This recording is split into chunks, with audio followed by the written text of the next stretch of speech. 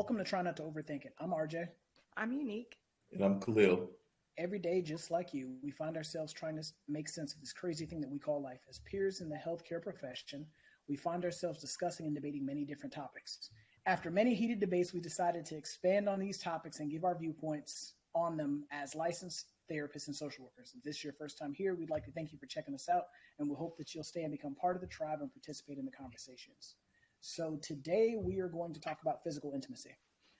We have spoken about intimacy as a whole previously in a previous episode, and today I thought it was important because we are in February.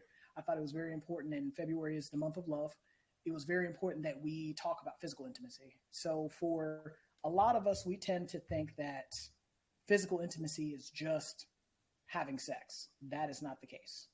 Regardless if you're a man or a woman, regardless of your sexual orientation, we all have to understand that physical intimacy with you and your partner is an opportunity to deepen and strengthen and reinforce your affection for one another, as well as build upon any love that you guys have.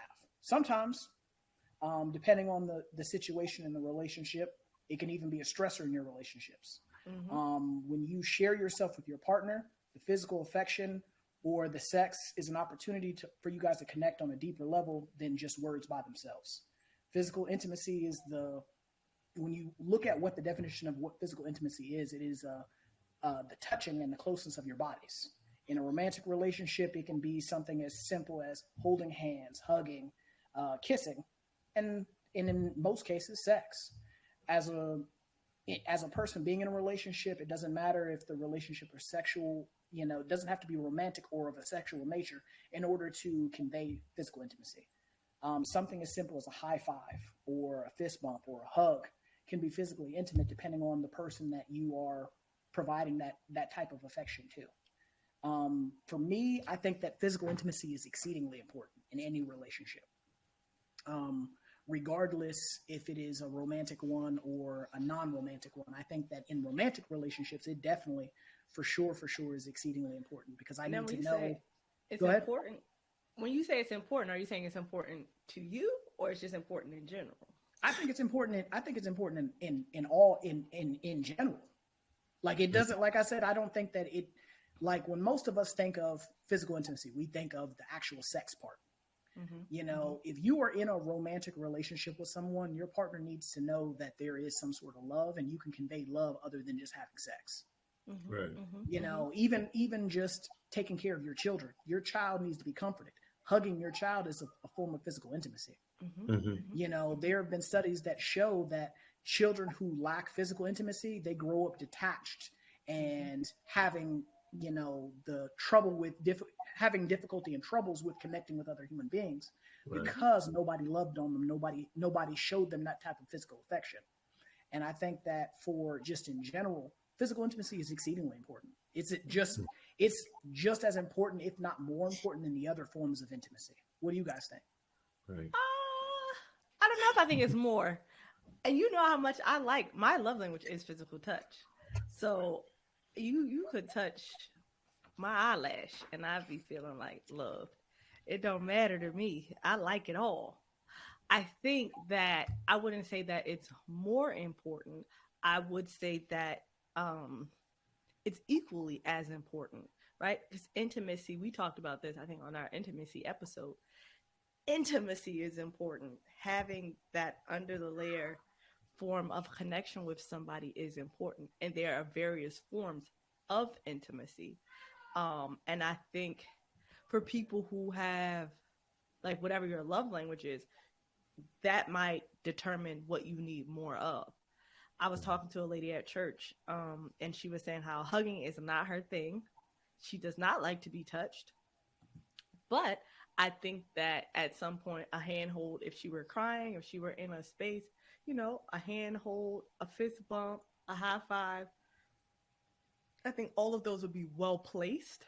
Mm-hmm. But she may value emotional intimacy more than that. Me, on the other hand, I value physical intimacy a lot more than, I guess, physical and emotional a lot more than the other forms of intimacy because of my love languages. So that's my take on it. I don't know. Yeah. Well, I know before RJ was talking about that experiment. I forgot who it was. I don't think it was Anna Freud, but it was somebody did experiment with a child Hmm. Hmm. and having them grow up and not get physical touch for a while. And I'm trying to remember who it was. It seems like it was either Anna Freud or if it was like Skinner or one of them who did an experiment with their child, I believe, and they didn't give the child physical touch. And I think we take for granted by not holding on to our partner, holding hands, showing those public displays of affection. People don't like PDAs, um, but to be cold to another human being always has some sort of repercussions long term. Hmm. And if you're in a relationship, we are obviously speaking to people who are thinking about getting into a serious relationship or who are already in a serious relationship or marriage right now. If you're not showing some form of physical attention or affection to your partner, you're doing your partner injustice. Yeah, there You're are doing some yourself people an injustice. doing yourself an injustice, right? Because there's some people who don't like physical touch in public, but it doesn't mean they don't want physical touch altogether. People need it. Affirmation, even if it's just a pat on the back, even if it's, you hold their hand and say, hey, thank you for cooking me dinner today. Whatever it is, people need that. That helps people thrive. And I think when you meet people, because I've realized I've been cold in relationships before, because I was either, on the run a lot. I've worked two jobs before, and not spending that time with my partner, even with family members. Not hug. I hadn't hugged that because I lived so far away from my sister. I hadn't hugged her in so long. I almost forgot what it felt like to embrace my family member who raised me. It was me and my sister were real close growing up. So it's like when you don't have that affection from someone, you actually grow distant. That's kind of the repercussions of not having that physical attention or affection given to someone. And if you're not receiving it, it can make you grow a little cold. And I think people discount the importance. Like y'all said, everybody talks about sex. Sex isn't the whole situation. There's a lot more. You got to be able to sit down and cuddle with your partner. Sometimes just I lay my head on my wife's lap sometimes when I'm watching TV, just to be a little close. Even if she's on her phone, sometimes I just lay up on her. She's like, man, get up off me. My dog does it. My dog be laying on. I'll be like, man, please leave me alone. But he wants the physical attention, that touch. And so I think people discount it. They really don't think the importance of touching your partner. Mhm. I wanted to highlight something that you were just talking about, Khalil, because the study was done by the Friedrichs. It's called the Friedrichs experiment, if anyone wants to look it up. And not only did these babies suffer, they died Whew, due that's to lack crazy. of touch. And so without touch, you die. Like your brain needs that. I remember growing up, my mom, I come from a very touchy-feely mom. So on my mom's side of the family, to this day, grown-ups, men and women hug, kiss on the cheek. It's just natural. It's normal. My dad's side of the family, they're loving, but it's, you know, it might be a little pull you in for a side hug. It might not be a long, full embrace, but the love is there. So they formulate that intimacy a lot differently. But growing up, I remember my mom made it a point during family worship. At the end of family worship, it's, I guess 7 of us total, including my parents. So 5 kids, 2 parents. And we would all hug and kiss. And you had to hug every single person. You could be filthy mad at this person, but you gotta hug them and you gotta give them a kiss and tell them you love them. And now that I have my own family, that's something I'm like, wow, I really miss that. I called my mom the other day, was like, I miss having 6 people to tell me, hug me, kiss me, and tell me that they love me, because that's important to me. And I didn't realize how much of an effect it had on me until you don't get it every day. You're not being embraced and pulled in no matter what the circumstance. And so physical touch is something that it may not kill you as an adult. Like it may not land you, well, I don't know, because you look at those older couples who've been married for like 70 years. Right. and they stop getting that touch. One dies, the other one dies like a month later. So Right. Mm-hmm. Right. I think there is a correlation to that. We probably busy ourselves so that we're not focused on that. But people who are touched and touched often, they're happier. You think about a For first sure. date experience. I was talking to one of my best friends and she was just like, I didn't know it was a date. I was like, well, how did you figure it was a date? She was like, well, one, because he paid. And then he kept touching me. I was like, well, girl, did he touch you like right here? You know, that little space behind the elbow, you know, at the top of the elbow behind the arm. That's a date touch. I don't care what y'all men say. Y'all can lie on this podcast today, but that is like, I'm trying to get to know you a little better. And I might be trying to put my lips on you later. Don't touch the top of my arm. I'm touching your leg if that's Oh what I'm trying God, Roger Mel, you trying to get in the pants? Yeah, you fast. You fast. Listen, he said I'm trying to leg. get you in your mouth. I'm trying to touch your leg. So I mean, I think that it's watch yourselves, ladies. Like when it comes to things like that, like especially like you're in a romantic relationship, the type of touch, where the touch is, all of that matters. Right. It conveys things that words don't. Mm-hmm. You know. Oh, you know, I know. It definitely does. It conveys things that words don't. So it's definitely one of those things that, you know, like I said earlier, it's, you know, you build upon those things. Mm-hmm. You build upon those things, and it develops a closeness to where me touching you in a certain area, like Unique was saying, on the top of the arm, that conveys that this is a date. You know, Right. or me holding your hand conveys to you that, you know, I got you.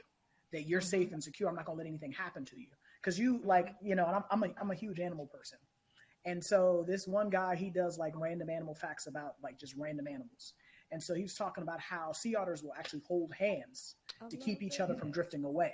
I love it. Wow. And so, you know, one is anchoring the other one, and they're while they're sleeping, they're holding hands to keep the other one from drifting away, so they don't lose each other. And so, you know, something as simple as holding hands, we do that as human beings. We you know, we hold our kids' hand when we're out in public. We hold our spouse's hand. You know, even just sitting in the house holding hands. I mean, that conveys a sense of closeness, a sense of togetherness, a sense of I'm not going anywhere. Now, conversely, when we start talking about things like sex, sex conveys a whole different level of multitude of different feelings as well. And Right. I think that for a lot of us, when we go into being intimate with our partners or being intimate with people just in general, a lot of us don't really understand the feelings that can be associated and can be just jumbled Yes. up together when Yeah, we're because being no one intimate. talked about that. Yeah, they don't. Right. They don't tell us that before you start doing it. Yeah, they don't Most tell of you the that. time. Well, Yeah, most of the times they don't. Well, I just had that experience with my stepson, and you know, I've known him since he was a little kid. And I said, "You're in a serious relationship right now." He's with a young lady, and you know, it gets heated, and I'm like, "You're showing this person all this love and affection. You got to realize that they're expecting this from you. They're expecting you to be very loyal. This thing right here is going to multiply. I mean, because, you know, hey, look, all the physical stuff's already starting to go on. You know what I mean? And I'm like, yeah, this is something y'all don't realize how heated this will get at 16. You know, they don't understand that. I'm like, you just want, if you start jumping to the another female, all hell's going to break loose. You can't, you know, right now, the emotions and the lust and the love, all that's mixed up in one. So You what get you're what I'm saying saying? is And they they're don't not understand living that. for the Holy Spirit. Right. Because they're not, right now, you know, they don't understand. There's something, when you get that close with someone, you're supposed to get married eventually when you start getting that close. And, you know, so I'm trying to prepare him, like, you need to know what you're doing, what you're getting yourself into. And kids don't understand that. They don't realize it. I think it's a lot of because it's not defined initially, right? When you are talking about building that physical intimacy, even as from like kid to kid or kid to parent, it has to be defined what this relationship, what is the purpose of this relationship, right? When I am getting really serious with my daughter, whether we're having a loving moment or a lovingly disciplined moment, I will usually touch her. So I might hold her shoulder, but I don't hold her shoulder the same way when I'm walking through the grocery store and I'm just guiding her around the store. Right? It's a different type of hold. I'm going to hold it and let her know this is important for us to connect in this way. right? And so I'm defining those forms of touch. Somebody at church came and touched her shoulder. She said, I don't like when that man touched my shoulder. I was like, well, how did it feel? How did it make Mhm. you feel? I wanted to define that for her. What did that feel like? What did that do to you? Well, I don't know. He just touched me and I don't want him to touch me. I said, well, say it. Right. Right? Because you define that as unsafe or That's a whatever boundary. reason. But Yeah. and then her dad and I had to tell her, okay, so just because someone touches your shoulder, if it's not, violating you in some way, you can still communicate that. But you also have to understand, let's define this form of touch, right? Mhm. Was it off was it off limits? No, it wasn't. Right. This person wasn't being devious in any way. I guess you know how like the old guys at church will put their hand on your shoulder. You're like, God dang it, this thing is too heavy. Why are you resting that big thing? Heavy-handed. Right. And so I think that's what it was. And she just wasn't comfortable with it. But once we defined it, now, they've built some good rapport. But I think when we're looking at adults, oftentimes we expect adults to have that language of, well, this is what I am communicating or what I desire to communicate with you, because they were never taught that. And Right. so when you talk about sex and they like, well, I touched your leg, that's supposed to mean, I want to get between them. But if that's never defined, Fine. They don't Yeah. understand the social cues. then I don't know. I don't Right. know. If you've never, touched nobody on the top of their elbow, and you touch a girl on the top of her elbow and she think you about to pay for the dinner. No, I just Right. was trying to lead you to the seat.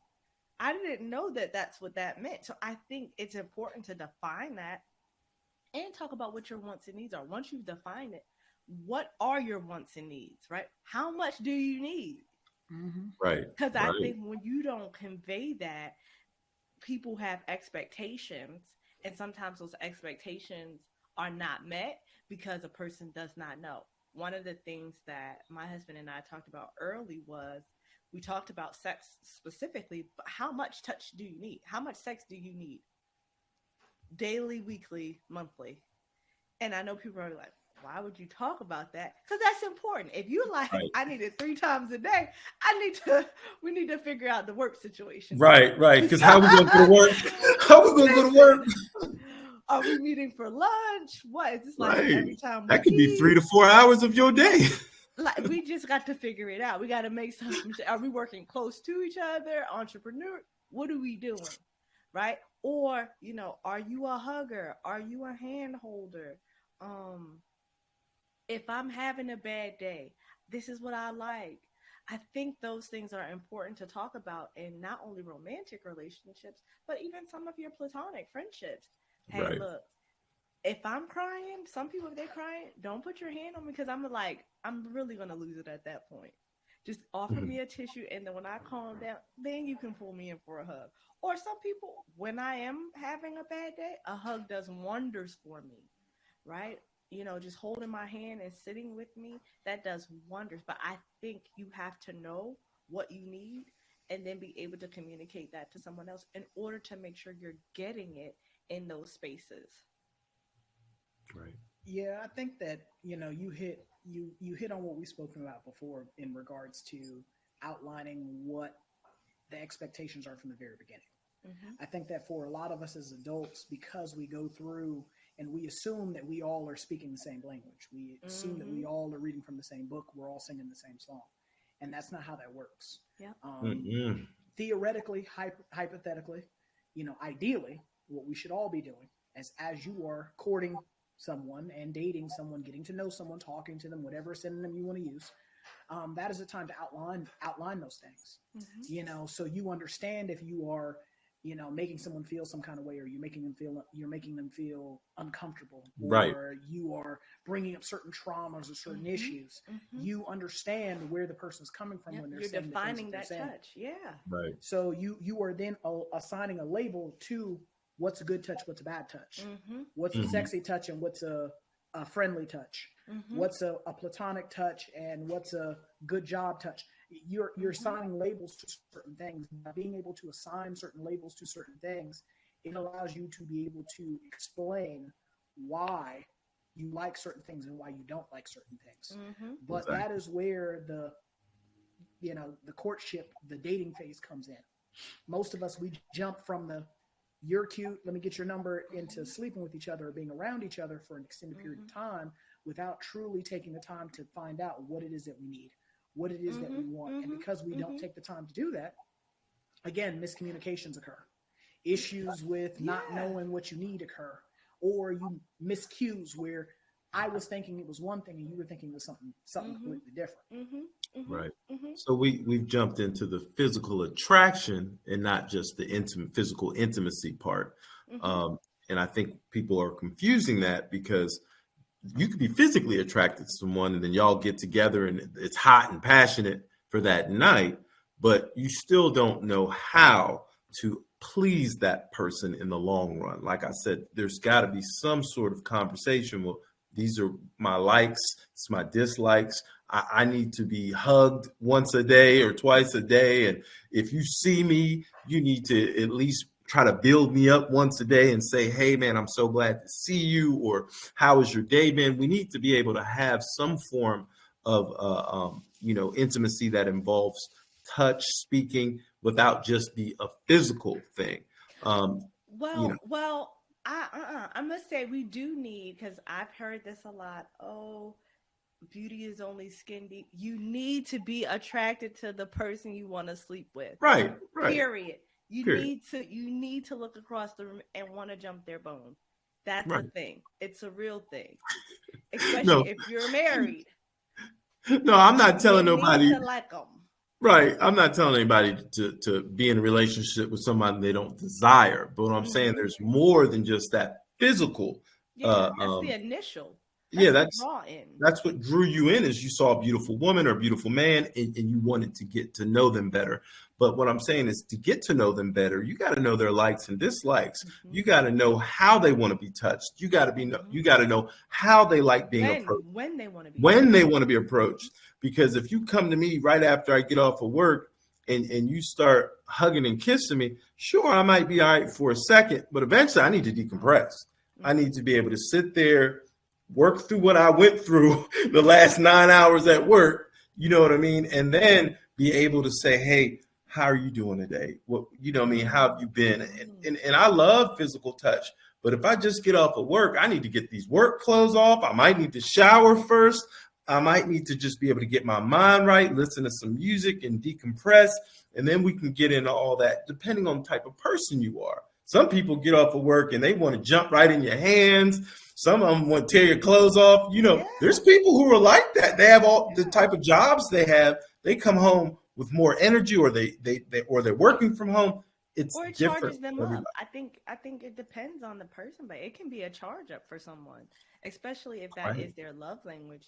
That might be the thing that helps them to decompress, helps them to open up and unwind, just by being touched by someone else. I think you were talking about your dog earlier. I know when my dogs, when I see them at the end of the day, even just working from home, where we see each other multiple times in the day, but when they're able to be around me and be on me, how they jumping on me. Today, my dog licked me right in the eye. I was like, bro, I was just trying to hug you. I didn't know why I had to end up as a lick in the eye, but that was his way of saying, I really appreciate it. Thanks for hugging me. And so their way of connecting, I want to jump, I want to be picked up, I want to be held, I want to be this. And that's how some humans are. As soon as they see their loved ones after a long period, oh no, I need to be on them, I need to touch them, I need to sit on them. That's how my kid is. Right. I will let her come and sit on my lap at her long 9-year-old self and wrap her arms around my neck. She probably would. Right. And me hold her like a little baby. She would love it. She's too big for that. Right. And some dogs don't know they're too big for it. But what I'm saying, when you're in a relationship, you got to know people's likes and dislikes. And that's what RJ's been saying. Like, we have to get to that point first in a relationship in order to fully please someone. I think, how do you have that conversation without it? Because some people, let's just be real, this is not something that we see in the media. This is not something that we're taught in our homes. How do you, because we are an educational podcast in a lot of ways, have that conversation with somebody? You just met them. You guys have been talking. I guess when would be appropriate to bring that up in a courtship, or you're getting to know someone, you're wanting to build physical intimacy? When do you bring that up? And then how do you initiate the conversation? So when this. Don't say this you know, is- because people don't No, know. no. Well, yeah, some people get You- defensive. You get the feeling when this is serious or not. If Okay. this person's just here for a high and a buy, or this person's going to be here for a while, you get a feel for it. Right. Okay. You know when Okay. you're talking to somebody, if this is going to be somebody you're going to give your phone number to or not. Okay, So so- when you recognize that this is something that is worth exploring, worth Mhm. entertaining, if you will, Mhm. have that conversation. I mean, for me, I have those conversations. But how? How do you do it? I just ask, what is your love language? What does that look like for you? Okay. These are what my love languages are. Mhm. I have these conversations. I have no chill, so I'm gonna ask. Okay. I'm gonna ask. I want you to ask. People will be shocked by my responses half the time, but I'm dead serious. Right. Because for me, I have no embarrassment factor. I have no fear. I have no chill. So you can ask me whatever, and I'm going to answer you honestly. Now, Mhm. again, I give what I expect in return. That's why for me, I'm super honest about everything, because I want you to be super honest with me. And so for me, I'm going to have those conversations with you of what are things that you like, what are things you don't like, what are things you're into, what are things you're not into. Are you okay with this, or are you not okay with that? Why? Because I want to make sure that we're singing the same song. I can't be singing, Jingle Bells and you're singing a Beyonce song. Like it don't work that way. Mhm. So in order to make sure that we're singing the same song and reading from the same book, let alone the same page and everything else, we got to have those conversations. Like the whole embarrassment thing or awkwardness. If nothing is more awkward than you getting into the physicality piece of being with somebody and recognizing you guys are incompatible. Right. Mhm. Because so it's either have a conversation or be embarrassed because you guys physically just don't mesh together. Right. Right. And I think, to take it a step further with what you're saying is waiting until you end up with your clothes off is not the best time to have that conversation. Right. Not a good look. It's not. Most definitely. I mean, most times when you are in the motion of that's The not the ocean? time to have The some, motion of the ocean. The Look at this motion of man. the ocean. Look at this man. when you are in the throes of getting it in or being physical with somebody, you're not having full-blown conversations. Yeah, there's some sentences or some phrases uttered or there might be some things that are said, but you ain't having no full-blown conversation like what we're having right now. If you're having a full-blown conversation like what we're having right now, things are going exceedingly bad. Well, intimacy Right. has not been established. If you're able y'all have not I don't think you crystallized that intimacy where I know that this is what's going to bring you fulfillment. I know that this is going to make you happy and feel loved on. I think an important thing, and I guess me and Khalil could talk about this, is sometimes what may have worked when you were dating changes when you get married. Right. Right? Your physical intimacy needs change as you get married and as you've been in a relationship with someone for a long period of time. Well, Yes. not even. I don't even think it really even matters if you're married or if you're dating. As you get older, things change about you. Yeah. As you get, Right. We evolve. You evolve. I mean, who I was at 30 is not who I am at 35. The thoughts Right. that I had at 30 is not the same thoughts I have at 35. So as you get older, as time progresses, things change. Things that you could do, sexually at 30, you ain't doing it at You 35. might be able No. to do them a little bit better. You might be able to, or you might be able Right. to do them a little bit better. So I mean, it all, again, for like I said in our last episode, you got to keep constantly having those conversations. That's Like, what I wanted to get. For Right. most of us, what we end up doing is we end up getting comfortable, and when you get comfortable, you get lazy and complacent. And Complacent. so you start to just take your partner for granted, or whoever you're talking to for granted, that this is always going to work. This is what worked for me in the past, so it's going to work for me today. And like I said, the same way you change and your likes and your dislikes change as you matriculate and grow older in the relationship, theirs do as well. So it's always important to take that time. And for me, this is something that I find it to be very important. Take that time to where there are no distractions.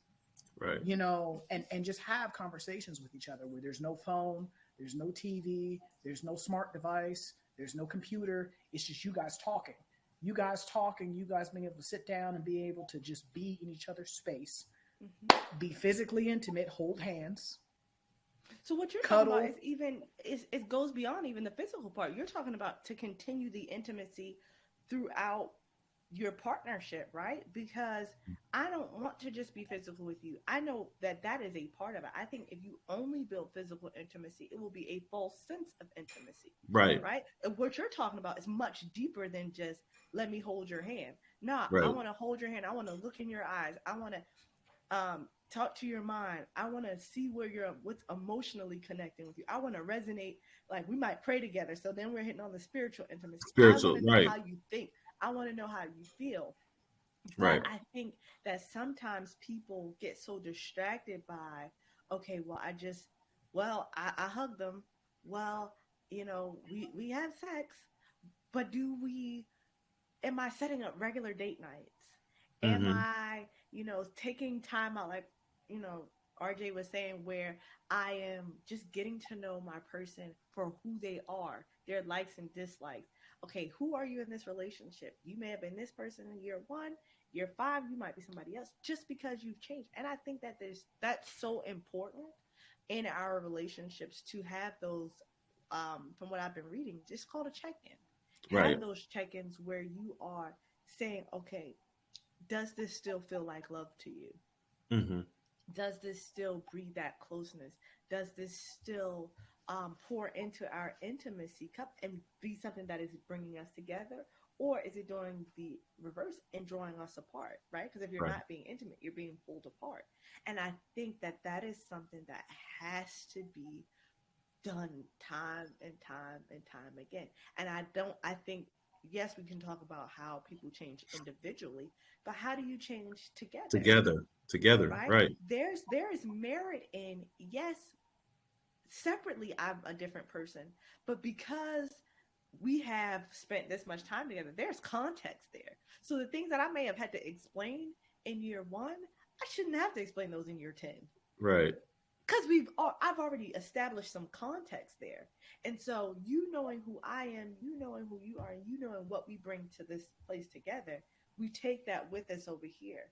And so with that, if we're continuing to do those check-ins, when we get to year 10, we're able to say, oh yeah, I remember, I know this.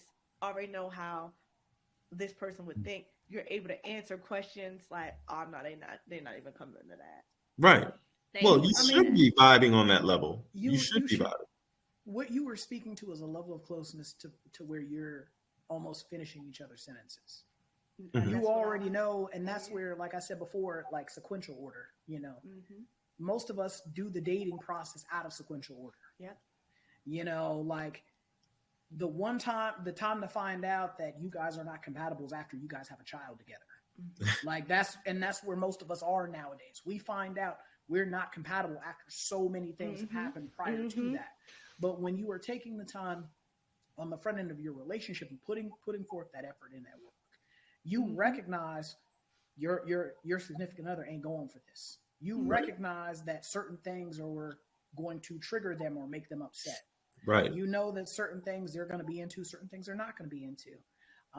It's important. I can't stress that the importance of that enough. Of why doing things on the front end, doing all the hard work at the beginning, allows you to kind of, just add on and just continue to grow from the stuff that you've established at the very beginning. For most of us, we don't do that work in the beginning. And then because we didn't do that work in the beginning, we start to see our relationship kind of drift apart. As we grow, we start to grow apart instead of grow up together. We grow in divergent directions. Well, that's where we're at right here. I think people can learn from this about you. It's never too late to start pouring into your partner, to invest in your partner. It's never too late, because if you haven't established some of that early on connection and the love language and sitting there, the checking in, like Unique said, or like RJ said, investing in that time early on, it doesn't mean it's too late. You can always turn things around. I've rarely seen people who, if you do have a mutual respect for each other, aren't able to come together and start working on things now. I will say that there can be points where it is too late. There Right. can Right. be points Okay, where say it say is too those. late. Talk Well, about yeah. So Let me know the points. so like this right here, and so like we've had this conversation on numerous occasions about like cheating and infidelity. I Right. think that for like like one of our previous episodes I shared about like one of my coworkers where her husband his love language was sex. well, So probably physical touch. Physical intimacy. Yeah. well, no, it was sex. It was sex. And so Just sex. he's That's it. he's Gary That is Chapman not didn't what have Gary that. Chapman wrote. He did not He- write that. well that for Sex. him his love language was sex. Check this And box. So he's coming to his wife, requesting sex. She said no. So she said before she had looked up, 6 months had gone by, they hadn't had sex, and he had stopped asking for it. Yeah. So at that point, like I explained to her, I'm not condoning him going and doing his own thing. But as a man, there's only so many times I'm going to ask you for something before I stop asking you for it. When once it gets to human. the point to where Yeah. I stop Right. asking, I'm the reason I've stopped asking of it from you is because I'm getting fulfilled someplace else. Mhm. And Right. so the time to now be trying to have a conversation shouldn't be after, all of these tragic things have occurred. The time to be having those conversations, because like I told her, I said, what was having a conversation with him and explaining to him why you weren't in the mood? Exactly. Because There was something missing there. That would have solved a whole bunch of problems. But for a lot of us, we get in our own head and we start to prioritize us instead of the we. When we're in a relationship, it's no longer about me no more. It's about you. Right. Yeah. It's about us collectively. I'm feeding into you. You're pouring into me. Yeah. Yeah. So So where was my- the communication there? Where was And the communication there after wasn't. 6 months? There- That's there scary. was none. There was Right. none. And so, my thing is, like I told her, I said, you letting it get to that point to where you got complacent to the fact that where you thought he wasn't going to go nowhere. You thought that he would just be okay with it. And you thought that, I'll just keep telling him no. And when I finally decide I want some, he going to give me some. Well, the reality But- is she starved the man, and I will argue that she may have even said, "No, my husband's love language was sex." No, I really think the man's. If she wasn't having sex with him, I can guarantee she probably wasn't hugging, kissing, rubbing, Right. taking showers with the man, or Right. anything else. I'm gonna just be real. I think because it's easy to say what someone else's problem is when you're not taking accountability for your lack. Right. Yeah. And so the reality was she wasn't looking to fulfill any of the man's needs. And therefore, like you said, he went into survival mode and he made his brain happy. Yeah. Right. He got what he needed in order to survive. Right. And that's where, like I said before, it's important that we don't become complacent in our relationships. I mean, we're saying that, the whole thing about physical intimacy, touching and all that other stuff, sex is a big thing. Sex is a big thing. I've seen relationships, live and die off of lack of or the availability of sex. So, but having the intimacy established and built upon, it makes the sex that much better. Right. You being intimate with someone that truly knows you and is tapped into you, y'all know what you're doing at that point. It's just Because the desire is a bit different. Like when Oh you yeah, have it's that definitely different. When you build that intimacy, it goes back into that not me but we, right? Yeah. In Right. order for us to enjoy this, I want to make sure you are having a good time. I'm gonna do things I know you like. I want to touch you in ways that I know you like. I want to make sure I set the mood in a way that's gonna get you in the mood to enjoy this. For sure. And that's where, like I said, for me, I'm asking all them questions because I'm But- one, I want to study my partner like a book, to where there are things I know and you don't even got to tell me. I know, and so for me, I'm thoroughly and 100% like when I am dating someone, you have my complete and undivided attention. I'm going to study you like I would study for a licensing test, a major exam, a final exam. Like my life depended on it because, again, if I'm expecting this to work, I got to put forth that same amount of effort.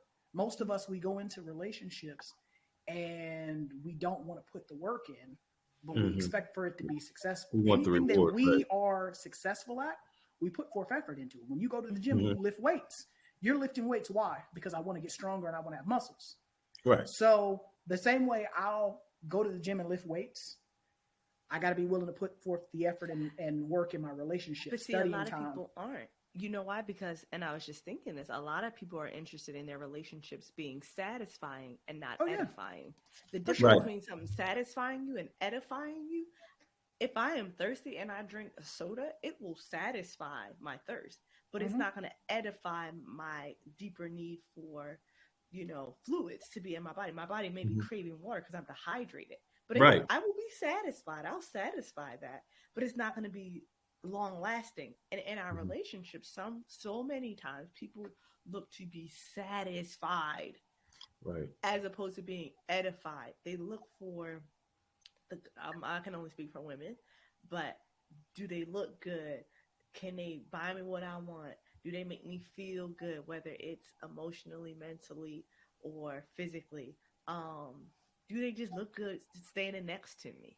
Right. Right? On paper, does it check all of the boxes? Is somebody my family would like? Mm-hmm. Without always taking into consideration, does this person build me up? Do they, when I speak to this person about my dreams, visions, and goals, are they propelling me to those? Are they in support of, do they support bad habits, or do they call me out on it? Right. Are they Mhm. genuinely interested in getting to know me beneath the surface, or are they only comfortable with what I could do for them? And so that's when it moves from satisfying to edifying. When you are edified, you can also be satisfied. But if Mhm. you're just being satisfied, there's no edification in that, right? If you're only eating sweets, your belly will always get full, but you will be hungry quickly thereafter. But if Mhm. you sit down and eat a meal, well, that thing, it can hit different. You have some lamb chops with, mashed potatoes and asparagus. You gonna be satisfied and edified. Right. Mhm. But you also not Sure. gonna be hungry. You might need a nap after that. But you're not gonna be hungry 20 minutes later. Are we teaching people? Were we teaching people the difference? Heck no. I Heck think a no, lot of people Khalil. are being taught to be very. They look at surface level things. That's what Yeah. we're teaching That's people what to the do. media says. That's Be what the media says. satisfied.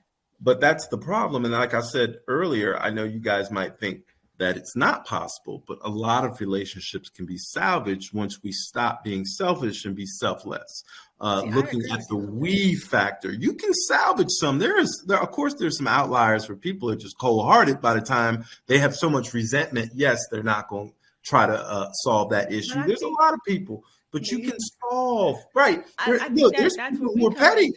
They're Yeah, not that's going to where we forget. come Well, into play as I wouldn't say that healthcare I'm professionals. not saying that I'm 100% petty, but like for me, once I'm over it, I'm over it. Right. And so like once like, cause for me, I'm the type of person, I'm like a bee. You know that when you see yellow and black, that means danger. So I'm gonna tell you when you're hitting the danger zone. Once we get to where I'm just saying okay to everything, I'm over the conversation at this point. Right. And Right. so no amount of you talking, no amount of I'm sorry or let's go to counseling, let's talk about it. Short of Jesus himself speaking to me, I ain't got nothing for you. Right. And there are a lot of people who like that. And guess what? If you've been abused, if someone's treating you wrong verbally, Mhm. physically, mentally, being abusive to you, and it's something that they don't want to change, of course, yeah, that relationship's not salvageable because they don't want it to be. Those people are probably some selfish individuals with some other deeper issues going on, whether it be mental health or just the way they were raised, whatever the case is, whatever trauma they've gone through.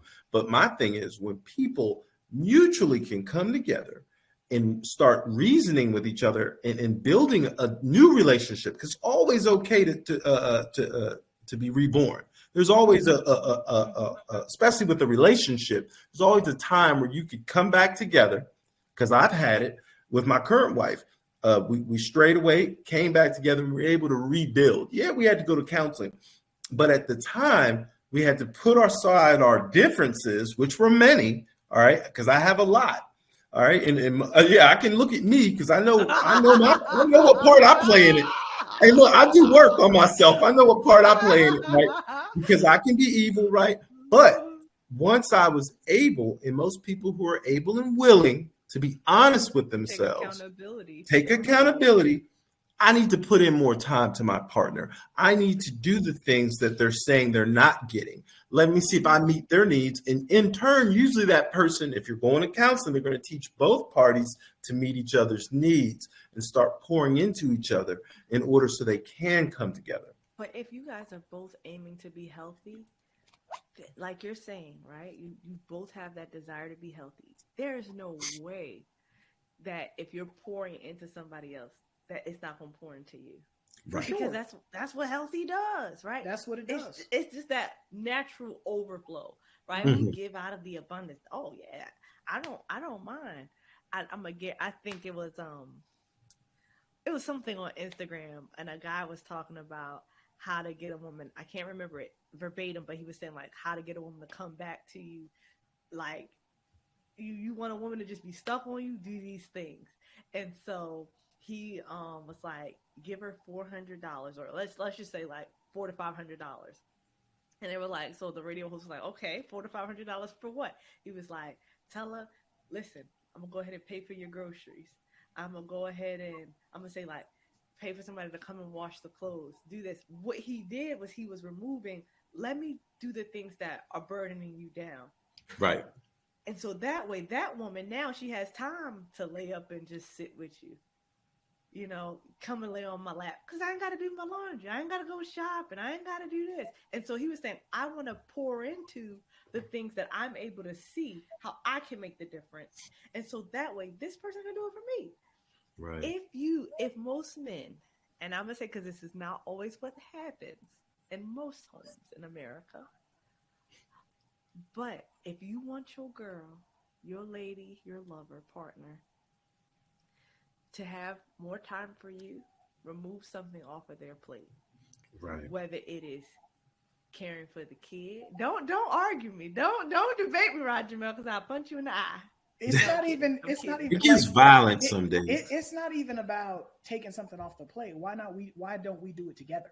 Because I by agree. doing it together, that establishes a bond. Teamwork. Off the plate, right? Teamwork. Right. Yeah. Right. But I think sometimes, just realistically speaking, because we get in these norms and these just a way of life, you know, when you're doing life with somebody, okay, the guy takes out the trash, the woman cares for the kid, or whatever partner, the dominant partner.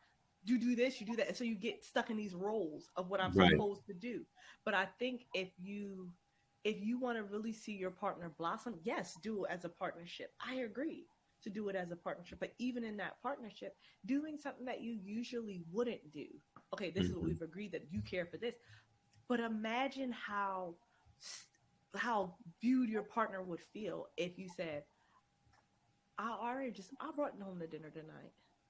I already know you probably had something planned. It's cool. We can eat it tomorrow. But I just didn't want you to have to do anything today. Or if you really want us to have this today, look, we'll have this. I bought her something for tomorrow. Mm-hmm. Or we're going out. Or we, look, I know you were talking to me on the phone about having a long day. I already got the bath. The night is off. You don't have to do anything else for the rest of the night. I'll see you tomorrow. Whatever you need, you just text it. I got you. That there, it builds. So we're talking about physical intimacy. I don't know about the rest of y'all, but that makes me want to be physical. Right. It makes me want to hold a hand, Roger. Your mind got dirty. Well, look, when you're taking something off of your partner's plate, and it can be male or female, if you're taking something off their plate, that does free up time for you all to have This more. will help them take up some clothes. Yeah. They might want to take their clothes off. It frees up some time for some grown-up time. Right, It does. right. It does.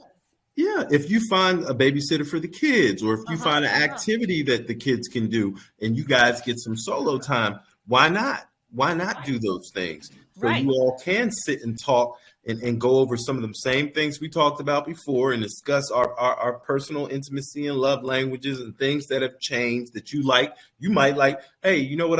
I realized that you don't wear lingerie anymore, especially when you get in a relationship and we running around. This is a time where you can put on some lingerie. This is a time we can play some sexy music and light we can candles. Light some candles, have a bath. We can do that with this free time that we freed up. Ain't nobody got time for all that. Hey, look. Roger Mel, ladies and gentlemen, Roger Mel is a savage. Savage. he decided he should forget all that.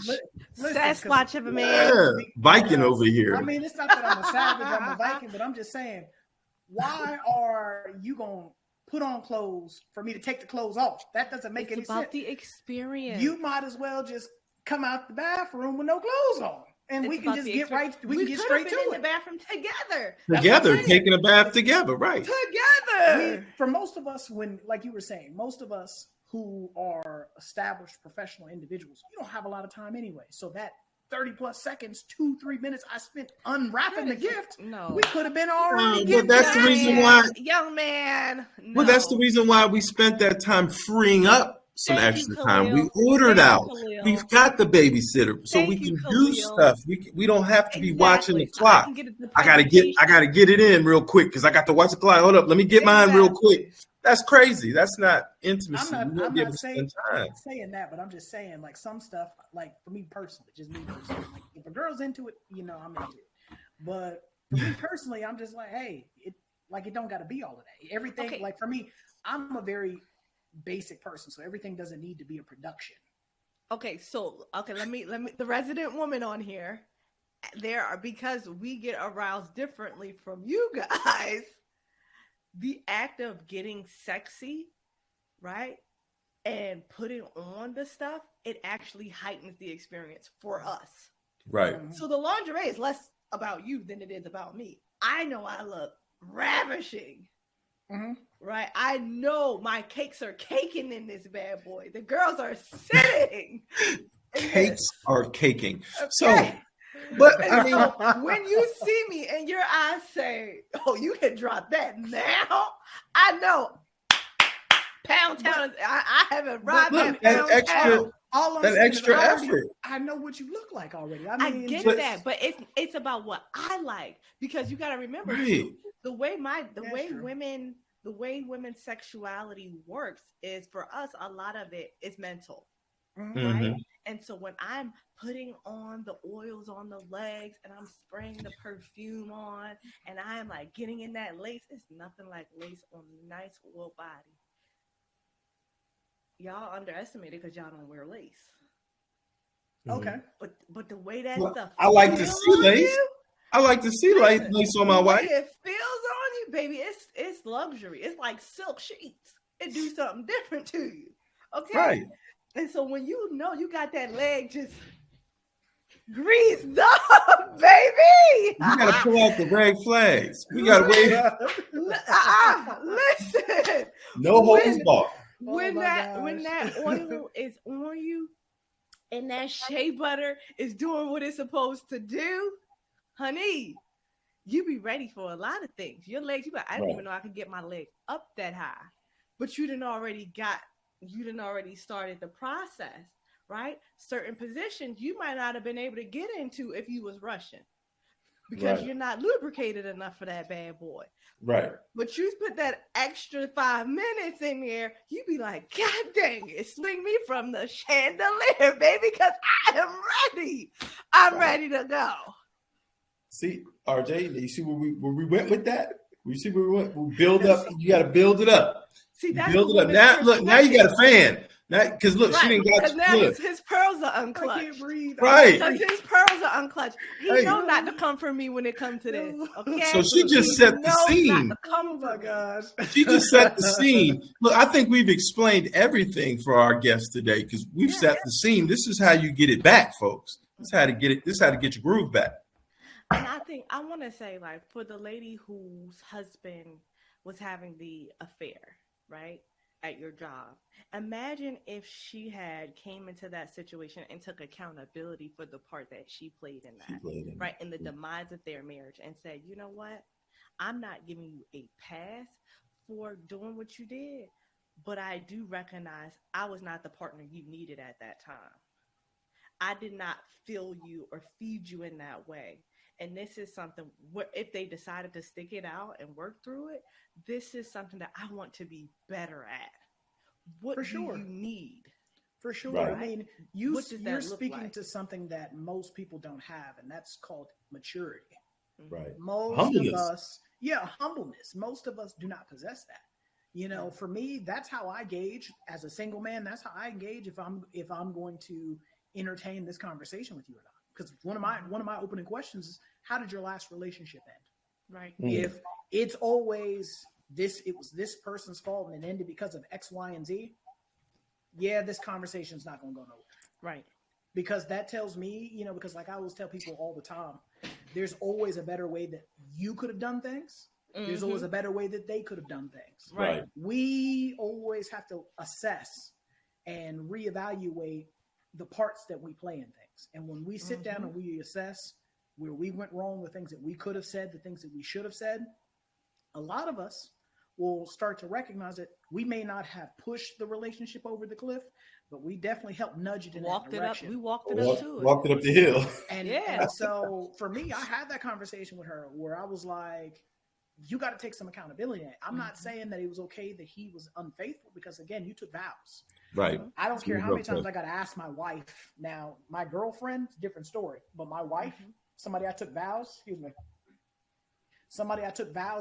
front of God and my family for, like anything I swear or I vow or I put my name to, I hold that serious.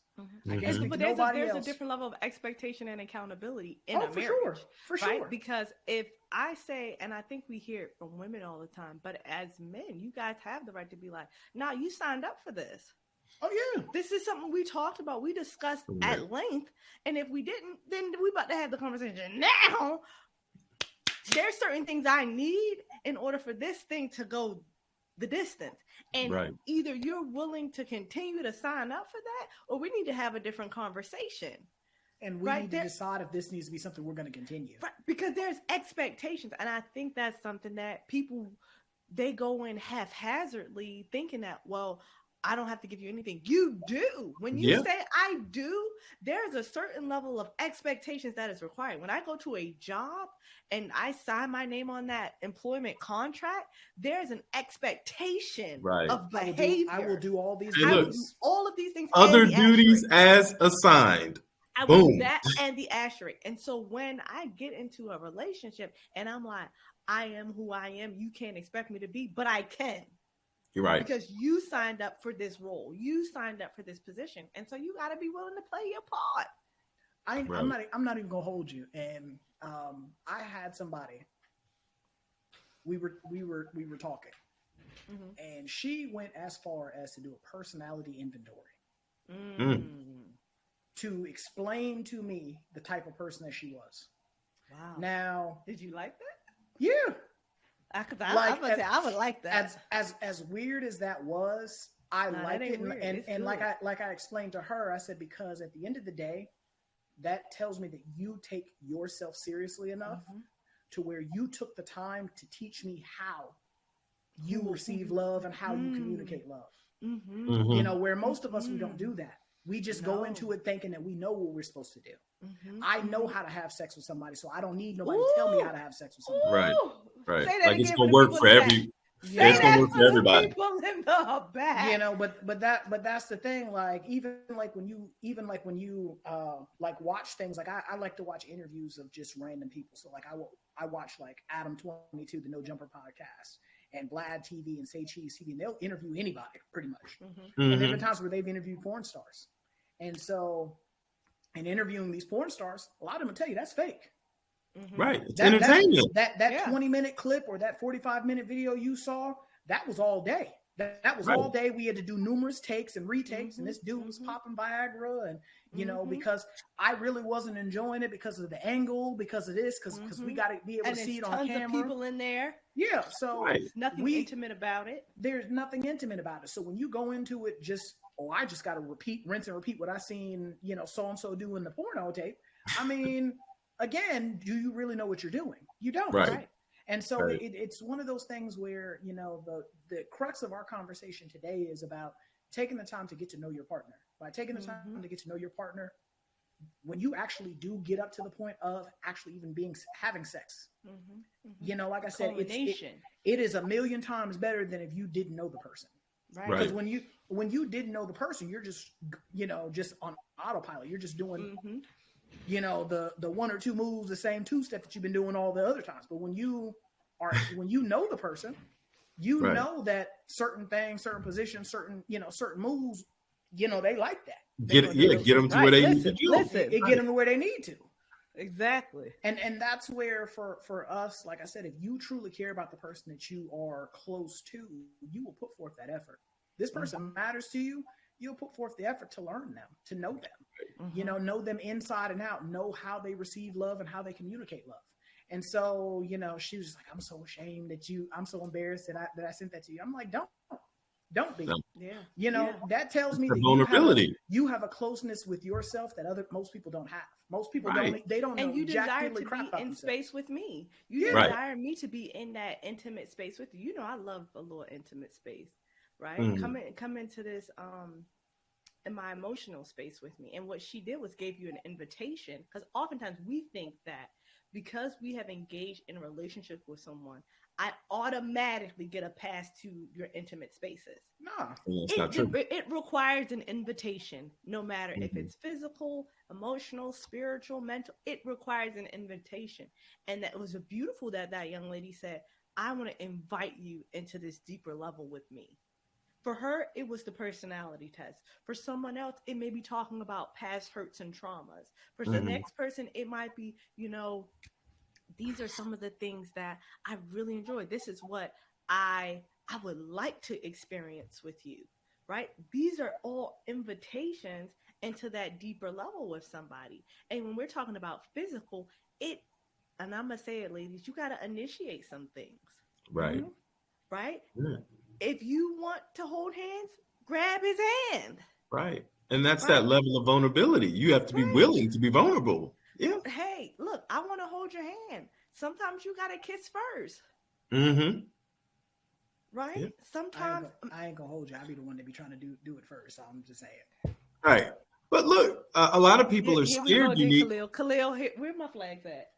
Flag. Look, I should flag both of y'all today. But listen. No. I was preaching. Listen.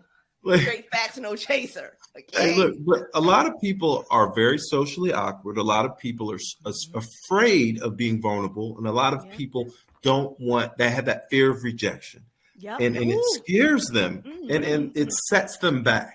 When we work as clinicians, it's different. So we get to try to encourage people to be open and be vulnerable and all that good stuff. But most people don't go to a therapist. And those who do understand about venturing out and trying to get to another level with your partner, right?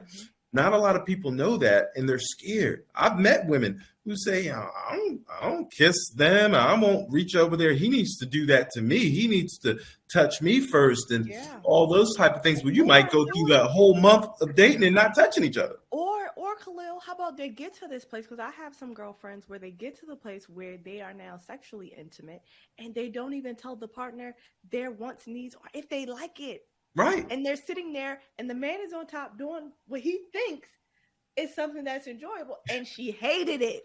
But see, and I said, "What? Hey, look, and faking it ain't helping you nor me. It's helping neither one of us." But see, this is why I said what I said. Because for me, as a therapist, I recognize that for some people, they're so in their head that they'll talk themselves out of blessings and be. Because I watched somebody on Instagram, and he was talking about how we will be disobedient. He was like, there are plenty of times where God will bless you with certain things, and because you don't think you're good enough, you won't do what God is opening and creating opportunities for you. So you then in turn become disobedient. Self-sabotage. So for me, because I can't tell you how many people I've met where they're so super self-conscious about themselves because they've been told that they weren't the prettiest. Everybody else gets chosen and they don't. Or they just had so much trauma and so many things that have happened to them in their past, they just don't feel the best about themselves. And for me, as a therapist, but then also more importantly as a man, I have to lead.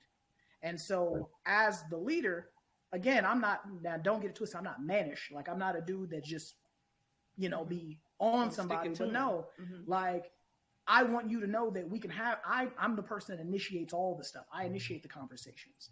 I initiate the physical contact in regards to the holding hands, the cuddling, the hugging.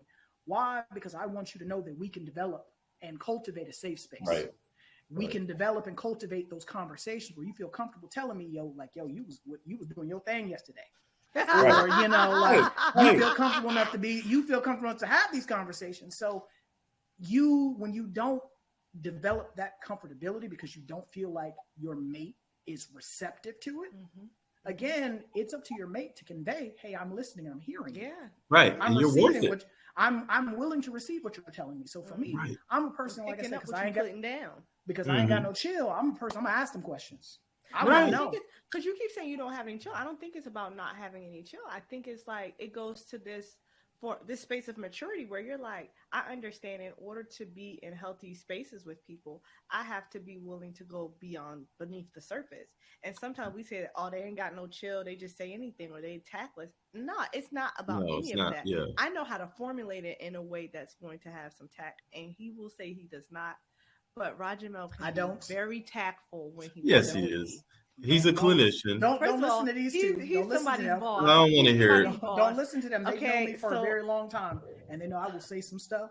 He will say. I'm not saying you won't say, But some it's stuff, not always but I rude. think it's with merit. When you do have to get out Right. of pocket, it is with merit that you had to Mhm. get somebody together. Right. And so, but I think in a relationship, having that space to be able to say, okay, this is what I'm noticing and this is what I'm seeing, and having the courage to say it is important, right? Not just letting things go because this is what he gets on me with. He's like, you just got to say it. Just say it. Okay. Right. The Band-Aid Have off. the hard conversation.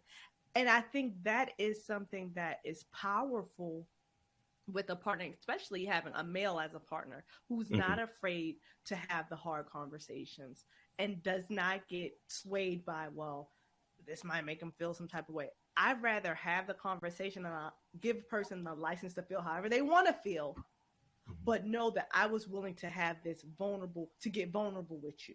We Right. got to get vulnerable with each other in order to get to the next level. But I think that's something that a lot of us could learn something from. I have to be willing to get in a vulnerable space with this person in order to get my needs met. Right. And if I'm not able to get vulnerable, that's the starting place. What is it about this person or about myself that is not allowing me to be vulnerable and say, you know what?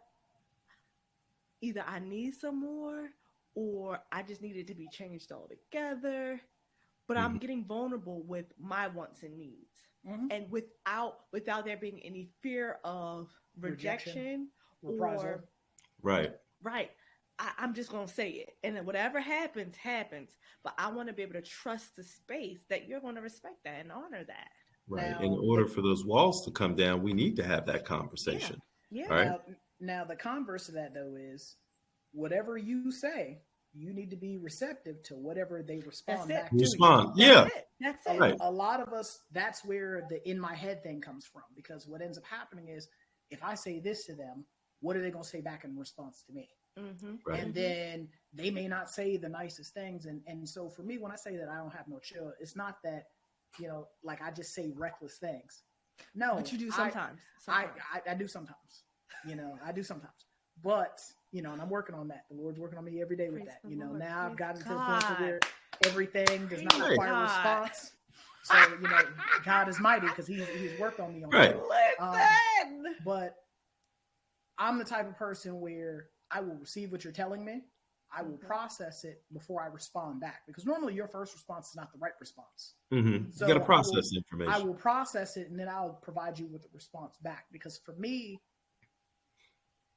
my response is not geared towards tearing you down or devaluing you. My responses are always based off of uplifting and building, because Right. if we're in a relationship, you're pouring into me, I'm pouring into you. Listen, that's why building intimacy is important, so that I can be vulnerable with you. Yes. So that I can know when I say I am displeased, or when I do not like, or when I am critiquing something about you, because we built that intimacy and I know you on that level. I'm not going to see it as An an attack. attack. Yeah. You're not going to You're get being defensive. you're constructively criticizing something so that I can be better in this space. But Right. you started out using I statements. People don't know that. Listen, They don't know that. They don't know that breaks down the defensiveness. If I say I feel as if, they don't know that. only when you're communicating with another person who is healthy. And Right. and you also have to have an emotional vocabulary. You Yes. have to be able Right. to explain why you feel what you feel. And I think that, in the courtship phase, in the dating phase, that is where you start to develop that emotional vocabulary. You start to learn the person, because there are going to be things that you can just look at each other and you already know. You know what time it is. You know when your significant other gives you that certain look, you know that they're mad. You know, they feel some type of way, or you've annoyed them. You know, like my sister was, we were laughing about this the other day. She's like, I can tell when something upsets you. She said, because you just squint. I was like, yeah. I said, because I'm like, in my mind, I'm cussing you out. I said, but I know I can't say it out loud. I said, so I'm just conveying it by squinting at you really hard, because I want you to see that you have displeased To feel me. the cussing. Yeah, to feel it. So, but the thing about it though is, you guys laugh, but the thing is, people get that hint though. Like when I'm at work and I'm squinting at somebody, they realize, oh, okay, yeah, let me just, give them some space a little bit. I'm gonna go ahead and head out. Yeah. So, I mean, you have to have those conversations and develop that rapport, develop that closeness, so that you guys can feel comfortable. I mean, because if you can't feel comfortable talking to me, how comfortable are you going to feel being naked with me? Hello. Right. Because Like, you can't get naked with your mind, baby. You're not gonna get naked physically, and if you do, I don't want it.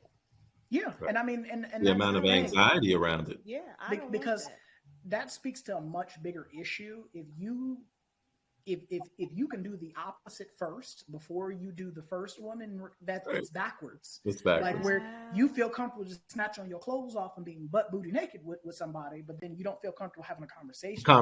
Right? Hiding. It's just like the person who's willing to tell you all of this stuff up the front, and you like, but you gave that up so easy. What Easily. What is it that you don't want me to know?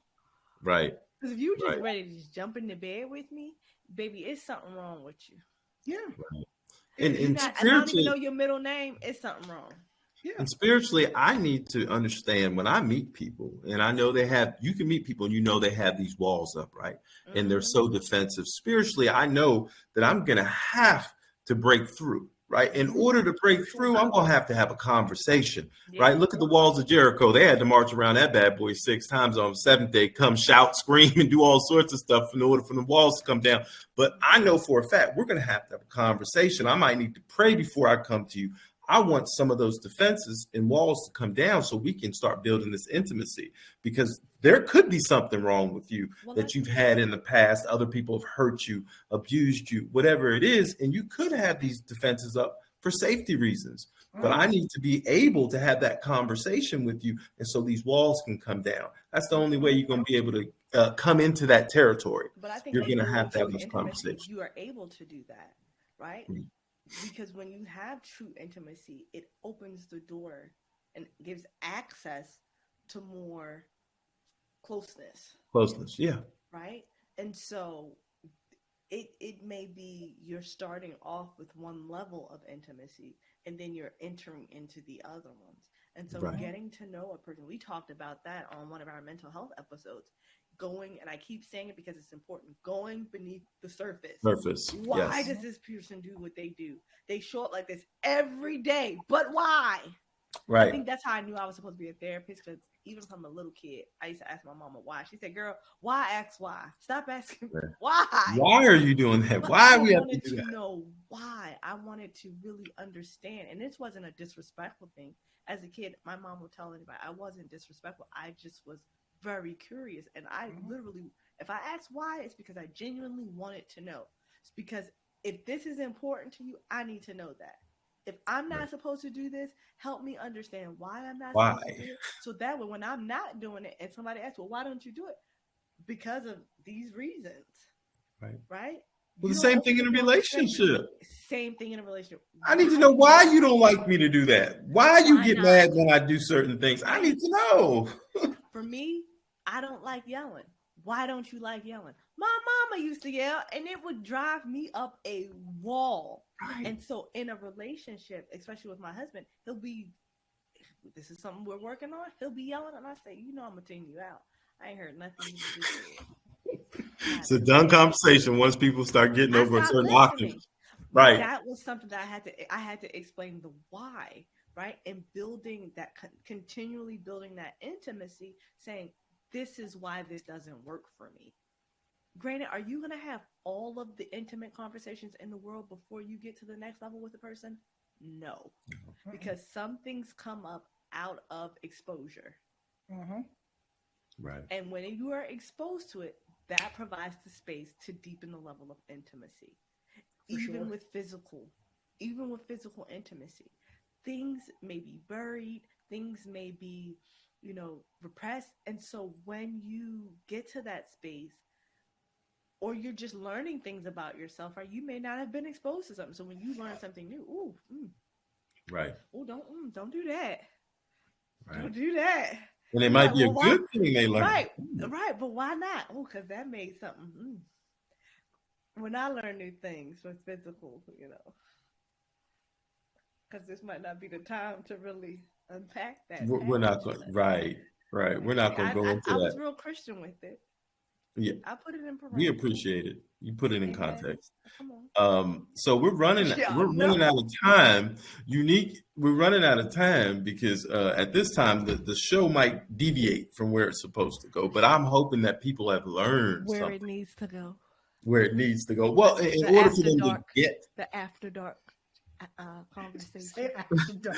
in order for it to With a get low to there. voice. Why is it got to be after dark? Why can't it just be with the lights off? Look, we turned into a whole late night radio show. The late night radio. Y'all hear my voice drop, right? 'Cause I'm In trying to comes the set R&B. I can't. I'm I trying to can't. set the I can't. mood. With both of you. Da-na-na-na-na-na. There it is. There it is. So we're gonna end the conversation here. This is Try Not to Overthink It, son. Now I'm RJ, I'm unique. And I'm Khalil. and we will catch you in the next episode. If you like this episode, we ask that you check us out on YouTube, because we can watch it on YouTube as Try Not to Overthink It. We drop content weekly, so if you stop by the channel, we ask that you like, share, subscribe. We are steadily growing and increasing, so we ask that you participate in the conversations with us. Comments, turn your notifications on, because we do drop content every week. If you would prefer to listen to the episode instead of watch it, I don't know why you prefer to watch it instead of listening and watching it. Yeah, you're missing out on these lovely faces here. Right. If you would prefer to listen to it, we can be listened to on Audible, Anchor, Apple Podcasts, Google Podcasts, pretty much everywhere that you can find an audio file, we can be found and listened to. But again, we thank you for your support, and we will catch you in the next episode. Later.